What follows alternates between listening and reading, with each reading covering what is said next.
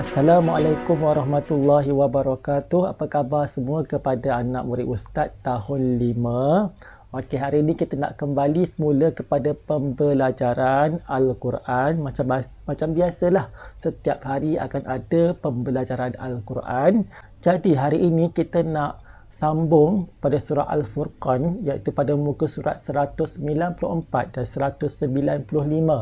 Di mana kali ini kita akan mempelajari tentang yang pertama ialah ayat kefahaman. Okey, yang kedua ialah tentang intisari ayat, dan juga yang ketiga tentang pengajaran ayat. Jadi sama-sama ikut Ustaz, kita dengar dan juga fahami apa yang ada di sebalik surah yang kita belajar ini. Ayat kefahaman. Tema ayat: kaum yang mendustakan Allah Subhanahu wa taala. Sama-sama membaca. Bismillahirrahmanirrahim. Wala ya'tunaka bimathalin illa ji'naka bil haqqi wa ahsana tafsira. الذين يحشرون على وجوههم إلى جهنم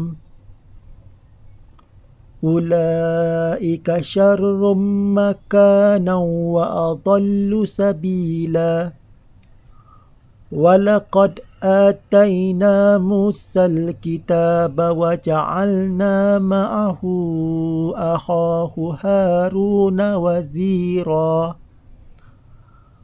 فقلنا اذهبا إلى القوم الذين كذبوا بآياتنا فدمرناهم تدميرا صدق الله العظيم.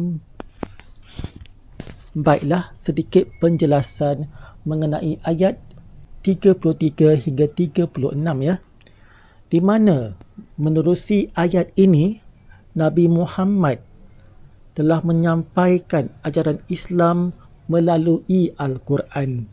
Tetapi kaum musyrik yang ada ketika itu tidak mempercayai Al-Quran.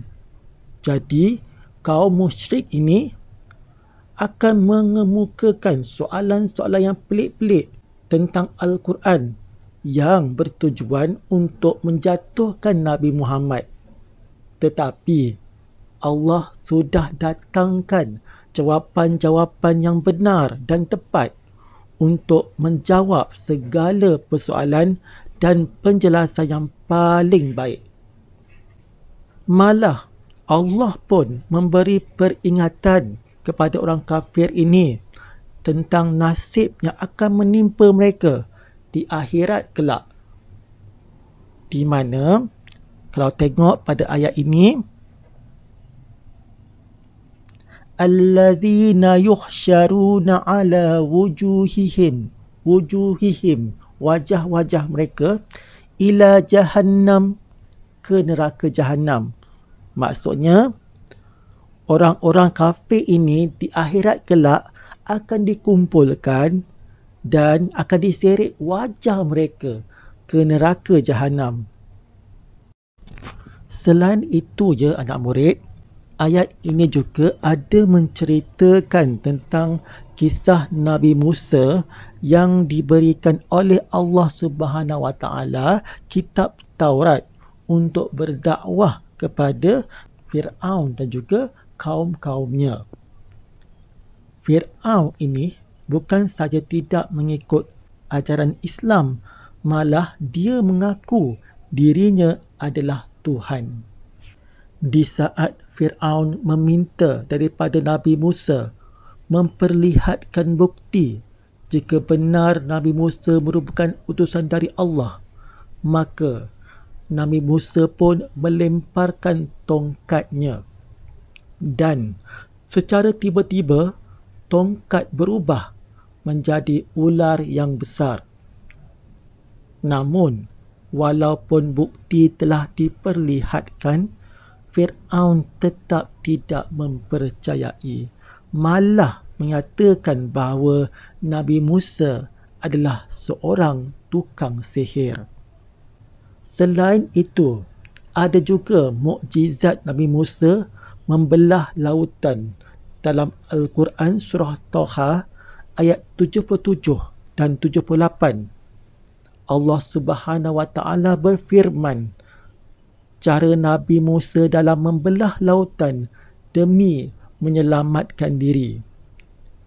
Kisah itu bermula dari kejaran para bala tentera Fir'aun yang ingin menangkap Nabi Musa dan umatnya.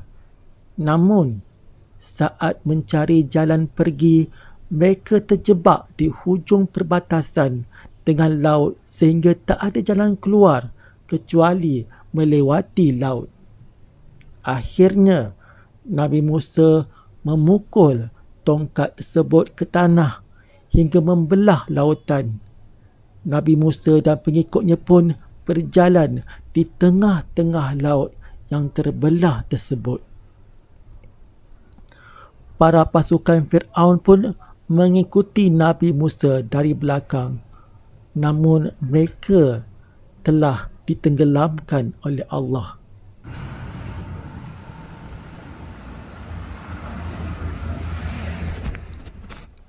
Intisari ayat.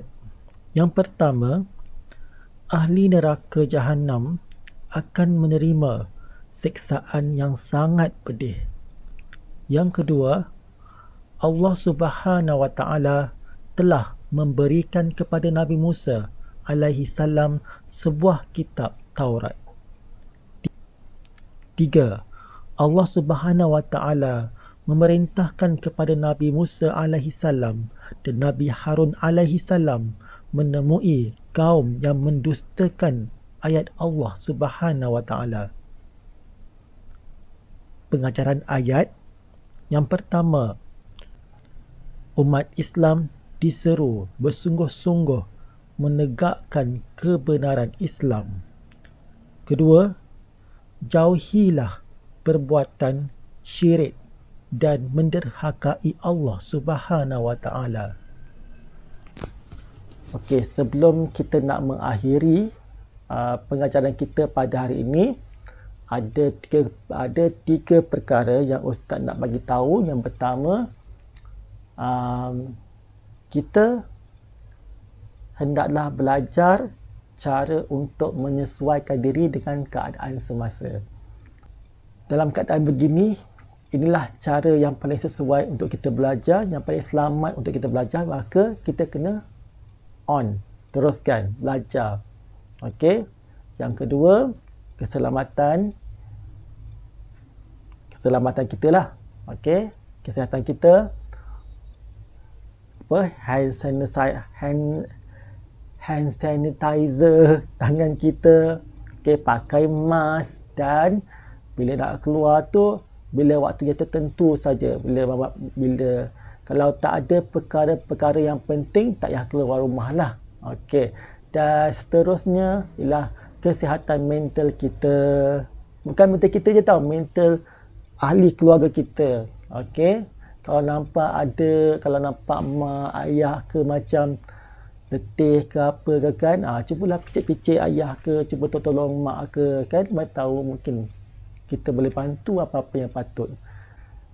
Baik, itu saja daripada Ustaz. Kita berjumpa lagi pada minggu depan kita ni kan. Minggu akan datang lagi. Kita berjumpa pada minggu akan datang. Okey. Assalamualaikum dan